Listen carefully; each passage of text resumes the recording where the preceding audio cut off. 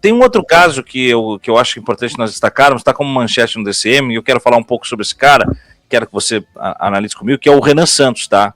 É o candidato à presidência, segundo ele, pelo Missão, partido do MBL, e esse cara é um fascista tremendo que não pode ser considerado como kid, júnior, estagiário da política aí, porque ele é um fascista tremendo, né, e o apito de cachorro pega, e a justiça ordenou que ele, né, retire das suas redes sociais um vídeo em que ele comete uma série de crimes, né, ofensas e mentiras contra o Eumano de Freitas, governador do Ceará. Ele disse que ia prender o cara, chamou de filho disso, filho daquilo, vagabundo, que essa cola já é pra cadeia, que se ele for presidente, ele mesmo vai lá prender o cara, entre uma série de coisas, tá? E a justiça agora tomou essa decisão, a justiça do estado do Ceará. Por que eu tô falando sobre esse cara e a importância de limitar esse cara? Outro dia eu falava sobre isso, no programa, no outro canal, que esse cara tinha que responder na justiça, inclusive ser preso. Esse cara tava com o Arthur Duval lá na trip das ucranianas. Esse cara, ele disse que o celular do Vorcaro é o celular do Epstein, que ali ele tem uma centena de milhares de fotos de autoridades máximas desse país em orgias. Né? E o cara não pode simplesmente... Eu não estou aqui defendendo o Vorcaro. Eu não estou aqui defendendo... O cara não pode vir e falar uma coisa dessa, então ele tem que levar na polícia essa informação que ele tem, de onde é que ele tirou, e bababá, e bababá. Ele não pode simplesmente falar. E sobre que autoridades ele está falando, porque isso é muito fácil, você chegar e falar as autoridades do país. Quem é que são as autoridades do país? É o presidente da República, é ministro, né? É ministro do STF, então ele está dizendo que essas pessoas estão em orgias como a do Epstein. Então, muito grave, né? E aí ele foi cometer uma série de crimes, e eu disse que ele tinha que ir pra cadeia. Outra dele que é histórica. Se ele for eleito presidente, no primeiro dia ele vai entrar no helicóptero e vai, junto com a polícia, matar os traficantes do Rio de Janeiro. Né? Ele falou isso, né? Cara limpa, assim. Então eu me manifestei contra ele, esse corte chegou nele, e ele reagiu a esse corte, muito canalhamente, e disse, botou meu vídeo lá e tal, e que eu estava fazendo campanha para ele, né? Porque, segundo ele, tudo que eu estava criticando ali é o que o público dele quer ouvir, aquela coisa toda, né, bolsonarista.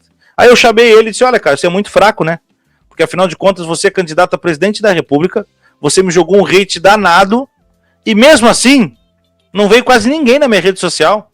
Se você é um candidato a presidente da República e você ataca um jornalista, o que eu imagino é que o séquito de seguidores vai fazer uma cupinzada contra o jornalista. Veio meia dúzia de caras. Isso mostra que você não vai passar dos 2%. Né? Ele tem certeza que ele vai para o segundo turno. Não dá para desconsiderar esse cara. Esse cara é muito perigoso. Esse cara é um fascista tremendo. Esse cara é nazista. Tá? Esse cara é nazista. Tá?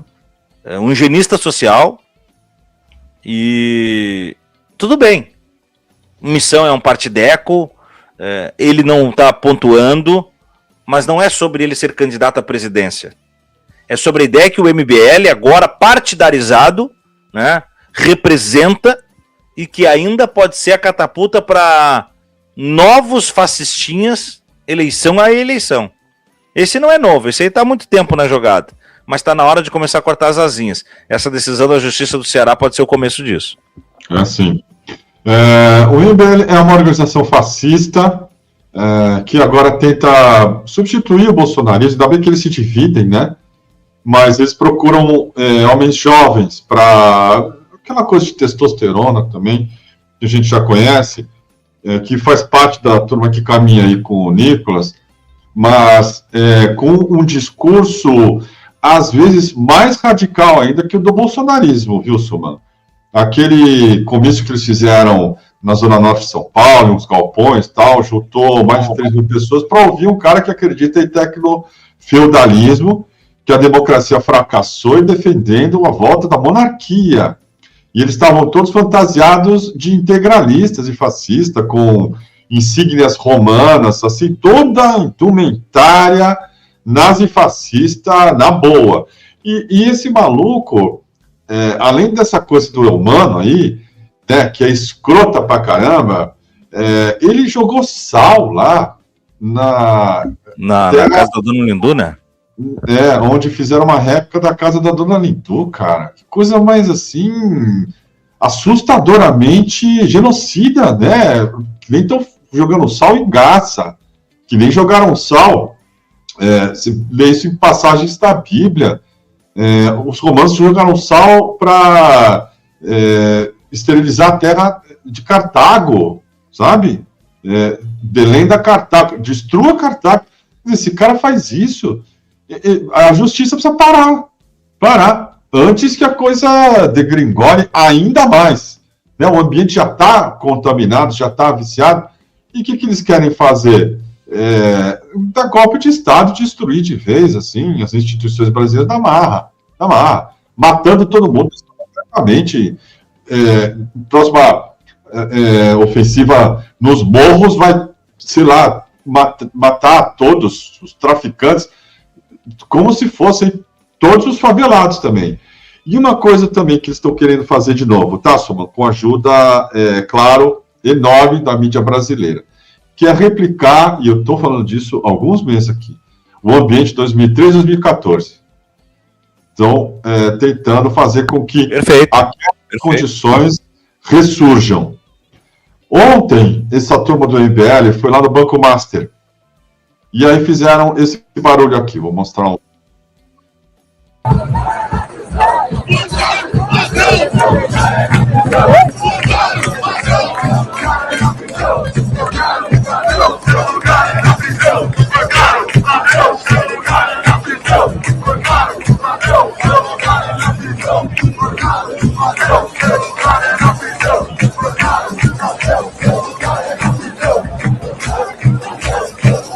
Isso aqui foi em frente à sede do Banco Master, tinha ali, sei lá, essa multidão com esse ataque também ao Toffoli. Toffoli, vergonha suprema, houve gritos também contra o Alexandre de Moraes, e houve xingamentos desses mesmos termos aí que a gente falou do Eumano, contra o ministro Dias Toffoli, filho da puta, daí para baixo, né? Noves fora o fato de que esse cara precisa ser processado, eu acho que precisa ser preso também, né? Mas, enfim, aí já vai para o meu wishful thinking. Ele faz parte de uma cena que tenta, de novo, associar o escândalo do Master ao Supremo e ao governo Lula. Exato. Tá? Não tem outro mapa, outro roteiro nesse filme que não seja esse. E ainda bem que o STF está reagindo, Soma. Acabamos de receber aqui uma nota da assessoria do Supremo, a segunda, tá? Em 2 dias, desde que o Fachin voltou e está trabalhando, mas não como a mídia esperava, já vou entrar nisso. E aí a nota diz o seguinte, tá? A segurança do Supremo Tribunal Federal tem por finalidade garantir a autonomia e a imparcialidade dos ministros, atuando nos termos da legislação vigente. Para tanto, possui a atribuição de avaliar riscos, intensificar ameaças e definir os meios e modos necessários para assegurar a segurança dos ministros em todos os locais. Assegurar a segurança é muito ruim, mas paciência, está dito aqui. Os ministros do STF são alvos recorrentes de ameaças, materializadas por e-mails, publicações em redes sociais, tentativas de invasão das dependências do tribunal e outras ações criminosas. Fatos como os atos acontecidos em 8 de janeiro de 2023, o atentado à bomba ocorrido em 13 de novembro de 2024, e investigações da Polícia Federal, que apuram planos concretos contra autoridades, evidenciam esse cenário. Diante desse contexto, a atuação da Secretaria da Polícia Judicial do STF observa os preceitos legais aplicáveis, de modo a assegurar condições adequadas para o exercício pleno e independente das funções constitucionais dos ministros. Está assinado aqui a Secretaria de Comunicação Social do Supremo Tribunal Federal. Nós vínhamos reclamando disso aqui no DCM. O Lênin Streck falou disso essa segunda, já é uma coisa recorrente. O Supremo precisa começar a falar, né? Tem assessoria de imprensa? Supostamente tem. Bota para trabalhar, tira esses caras aí, né, da moleza, levanta a bunda da cadeira e começa a mandar resposta, porque senão é um massacre que não para. Enquanto você fica numa postura olímpica, os caras vão repetindo o que eles quiserem. Inclusive na repetição literal de matérias que saíram anos atrás. Eu já vou entrar nisso aí, tá?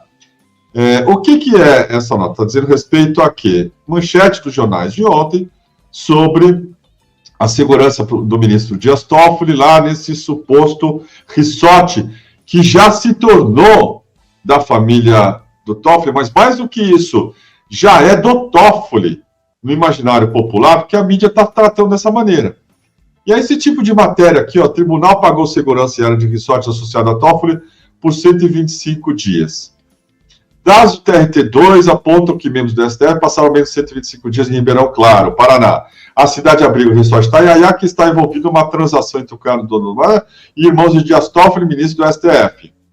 E aí tem, claro, aquela conta de chegada que o jornalista faz para o número da grande. Ministros frequentaram esse resort aqui, tá bom? Não tem crime até agora, que se saiba disso. Tem uma história mal contada numa sede da empresa do Toffoli, numa casa muito modesta, e que é realmente estranho. Mas as matérias que estão sendo feitas a partir daí são todas em cima de aleivosias, são especulações e são numerões que, no final das contas, não tem, de fato, um crime. O judiciário tem que pagar a segurança dos caras. É assim que funciona. Infelizmente. Especialmente, sim, está certa essa nota do STF, ministros que são acossados por bolsonaristas, assassinos, por gente do Renan, que fala abertamente aí em matar ministro, que tinha um plano, não tinha, para matar Alexandre de Moraes? Ou estou enganado? Ou nada disso aconteceu? Então o Supremo está reagindo de uma maneira correta, emitindo essas notas para poder dar as explicações devidas à sociedade sobre as matérias que estão saindo e que visam, repito, recriar o clima de 2013, 2014, visando tirar o Lula do poder através do golpe de Estado. Tá? É isso que eles querem. Ficar um ambiente de denúncia generalizada, histeria coletiva, com a ajuda enorme de uma mídia sedizente de esquerda que tem um chefe histérico, que não é do ramo do jornalismo, está faturando com isso também, dizendo que o judiciário todo é corrupto, meu irmão, precisamos purificar tudo. E claro, se o judiciário é corrupto, o que falta para você dizer que o executivo também é?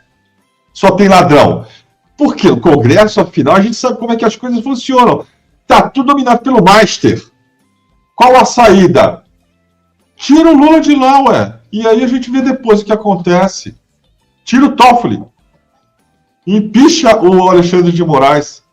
É isso que eles estão querendo fazer. Veja, eu não estou dizendo aqui que o Toffoli é o cidadão mais honesto do mundo, nem o mais ladrão. Porque eu não vi até agora uma matéria com documentos provando que, por exemplo, ele é o dono desse resort Itaiaia. O que eu vi uma matéria picareta do Metrópolis, cujo dono foi para a prisão por uma decisão do Toffoli em 2014, se vingando, mandando o repórter Abelha lá para esse resort perguntar para circunstantes, transeuntes, populares, se o Toffoli é dono.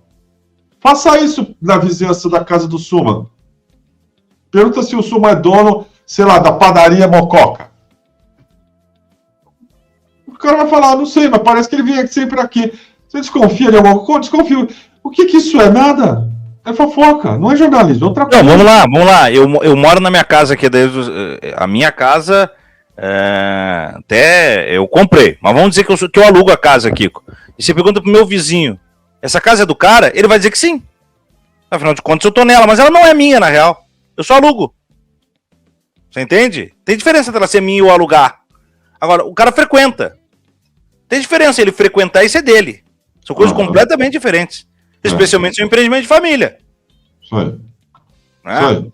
Exatamente. Porra, meu pai tem um sítio. Eu não tenho um sítio, mas eu sempre que possível tô lá. Aí os vizinhos que vêm dizem assim, ó, o cara do DCM, ele tem um sítio. Ele tá sempre lá. Mas espera aí.